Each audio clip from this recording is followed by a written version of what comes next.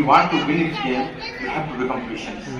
तो इस धैर्य की कमी है, आप क्या संदेश देना चाहेंगे युवाओं को? आई थिंक जो बिल्कुल मैंने इसीलिए कोट लिखा था कि आज धैर्य की बहुत कमी है।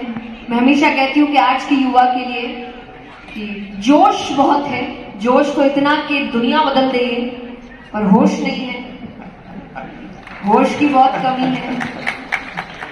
तो ये होश के लिए मैं कथा में भी ये बात कहती हूँ कि कोशिश करिए अपने घर के बुजुर्गों के साथ बैठिए। हमें समझ में नहीं आता कि छोटी सी चीज कितना बड़ा बदलाव ला सकती है, क्योंकि पहली चीज तो आपके बुजुर्गों के पास जिंदगी की ऐसी सीख है जो आपको गूगल कभी नहीं दे सकता। वो आपको उनके साथ बैठकर ही मिलेगी। लेकिन उसके साथ धैर्य कैसे आएगा? क्योंकि बुजुर्गों की आदत है कि एक तो वो एक ही बात को 10 बार दोहराएंगे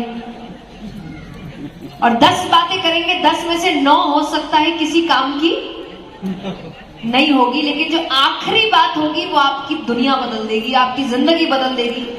पर उस आखिरी बात के लिए आपको 9 बातें सुननी पड़ेगी। एक अच्छी ताली होनी चाहिए, इससे अच्छा उत्तर हो नहीं सकता।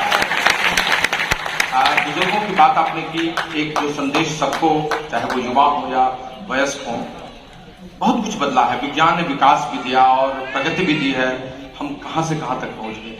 लेकिन कहीं न कहीं से कुछ सामाजिक मूल्य टूटे हैं, कुछ विसंगतियां आई हैं और सबसे अधिक अपने बुजुर्गों, अपने पिता माता, अपने भाई, उन सबों के लिए उनके घर में जगह की कमी हुई है। पहले तो छोटे से घर में ही 4 भाई बहन रह लेते थे, अब तो 3 BHK भी होता है। लेकिन माता पिता एक साथ 10 दिन भी रहने में जगह की कमी होने लगती है। क्या ये मूल्यों से हटना नहीं है? क्या ये संस्कृति को पीछे छोड़ना नहीं है? क्या भाई बंधु के साथ हम कुछ दिनों के लिए भी साथ नहीं रह सकते? पर जैसा मैंने एक पॉइंट पे ही कहा था कि हम ये बैलेंस भूल जाते हैं कि आप जब इतना लग जाते हैं काम में कि आप वो रिलेशन बनाना भूल जाते हैं, फिर अचानक से आपको जब उनका सामना करना पड़ता है तो आपको ऐसा लगता है कि अरे ये कैसी नई दुनिया में आ गए हैं। और इसका एक बहुत बड़ा एग्जाम्पल है कोविड। जब कोविड के समय कईयों को लगा था कि अरे फैमिली टाइम मिलेगा, और 10 दिन में सबको ऐसा लग रहा था कि पति पत्नी से परेशान है, पत्नी पति से परेशान है, माँ बाप बच्चों से परेशान है, बच्चे माँ बाप से परेशान है। तो उस वक्त समझ में आया कि बॉन्ड कितना खोता जा रहा है और आप भाग दौड़ में इतने चले गए कि आप अपने रिश्तों को ही भूल गए। तो आपको जैसे पौधे को समय समय पर पानी देना पड़ता है, वैसे आपको रिश्तों को भी समय समय पर समय देना पड़ता है, तभी जाकर आप बॉन्ड बना सकते हैं। क्या बात है। तो संदेश यही है कि आपके पैसों की गाथा, आपके पदों की गाथा वह महत्वपूर्ण नहीं है, महत्वपूर्ण है रिश्तों की गाथा, जो इन्होंने कहा। एक और बड़ा प्रासंगिक चीज है, हम लोग हमेशा बोलते हैं, कोटेशंस में भी है, गीता में भी है, कर्मण्येवाधिकारस्ते मा फलेषु, सब अच्छा लगता है, लेकिन कर्म पर ध्यान देने के बजाय फल पर ही ध्यान होता है, इफेक्ट पे ही लोगों का ध्यान होता है, एंड स्पेशली यूथ बिजनेस में। तो आप तो अध्यात्म से भी और प्रेरणा से जुड़ी हुई हैं, आप कुछ संदेश दे तो शायद इन्हें पता चले। नहीं, देखिए वही वाली बात है कि इसमें संदेश आपको पता है क्या है ना, बस हम ही नहीं कर रहे। तो ये वही वाली बात है कि 2 रास्ते हैं, एक तरफ लिखा है कि आगे खाई है और एक तरफ लिखा है कि यहाँ अच्छा रास्ता है। यानी कर्म करोगे तो अपने आप फल मिल जाएगा, आपकी डेस्टिनेशन जो है आपको मिल जाएगी। ये खाई वाला रास्ता है जहां आपको फल भी नहीं मिलेगा, टेंशन भी होगी, जर्नी भी एकदम दिक्कत में जाने वाली है।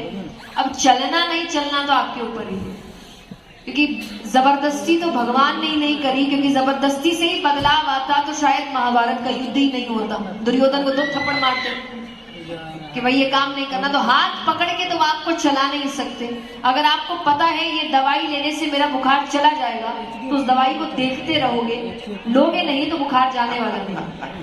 So you can take it। कहने का मतलब है कि बिना कर्म के आपको कुछ मिलने वाला नहीं और वही आपको फल देगा।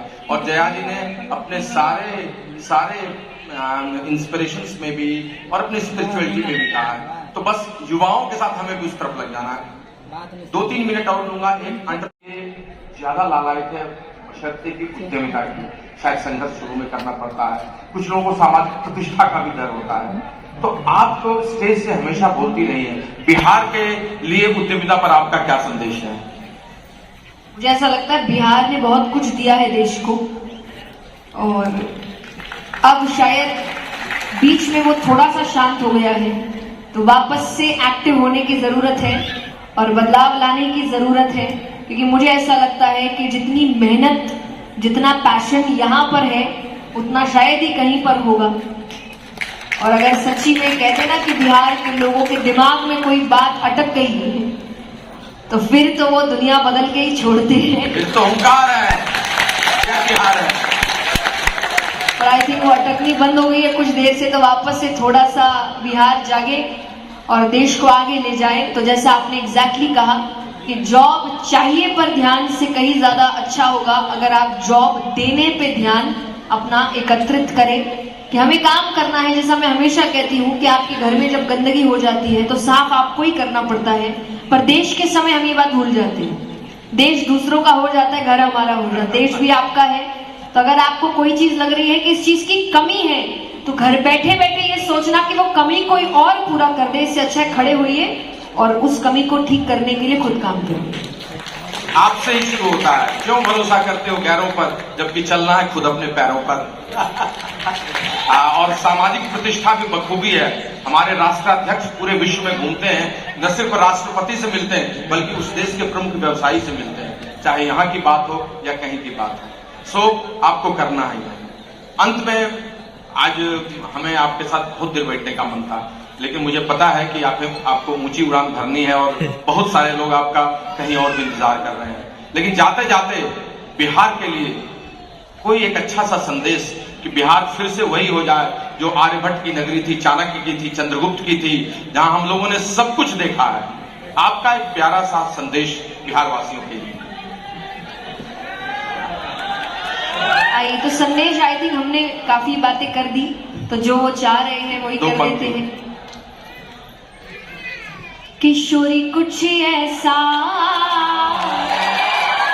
इंतजाम हो जाए, किशोरी कुछ ऐसा इंतजाम हो जाए, जुबां पे राधा राधा राधा नाम हो जाए, कि जुबां पे राधा राधा राधा नाम हो जाए, किशोरी कुछ ऐसा इंतजाम हो जाए, किशोरी कुछ ऐसा इंतजाम हो जाए। आप सबों की तरफ से इनको बहुत सारा नमन, वंदन और अभिनंदन। और आपने यहाँ आकर हमें कृतकृत्य कर दिया। हम हमेशा आपको याद रखेंगे और बहुत जल्दी फिर इस बिहार की धरती पर बुलाएंगे। धन्यवाद और एक जोरदार तालियां जय हिंद के लिए।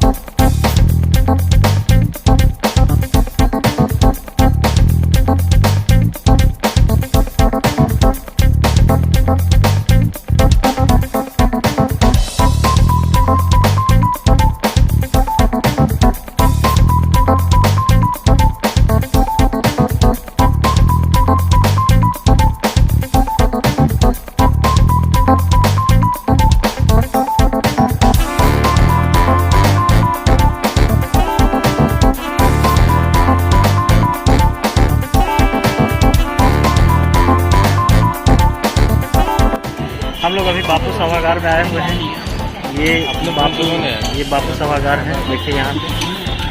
और ये बापू सभागार के पास हम लोग खड़े हैं और इधर आदर्श हैं, इधर दिखाई दे रहा है, इधर अरविंद जी भी, अरविंद जी किधर गए, छुप गए हैं। और हम लोग यहाँ पे जया किशोरी जी आए हुए थे, जया किशोरी जी आई हुई हैं, इन्हीं के जया किशोरी जी आई हुई थी। जया किशोरी जी की हम लोग स्पीच सुन रहे थे। और ये चंदन जी यहाँ पे देखिए। हाय, हेलो। कैसा लगा चंदन जी आपको जया किशोर जी का? बहुत अच्छा लगा, बहुत इंस्पिरेशन का, बहुत मोटिवेशनल, बहुत मोटिवेशनल स्पीच जो दी उन्होंने।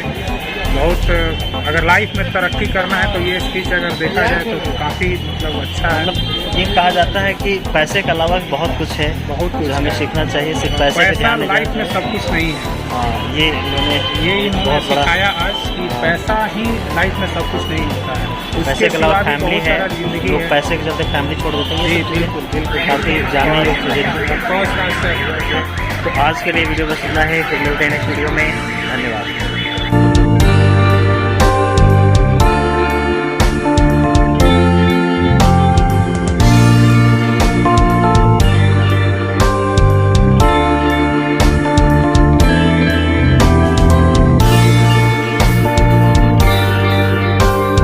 दोस्तों, अगर हमारे वीडियो अच्छे लगते हैं तो हमारे वीडियो को लाइक करें, शेयर करें, और अगर आपने हमारे चैनल को सब्सक्राइब नहीं किया है तो हमारे चैनल को सब्सक्राइब कर लें, बेल आइकॉन को जरूर दबा लें ताकि हमारे वीडियोज़ के नोटिफिकेशन आपको हमेशा मिलते रहें। वीडियो देखने के लिए बहुत बहुत धन्यवाद।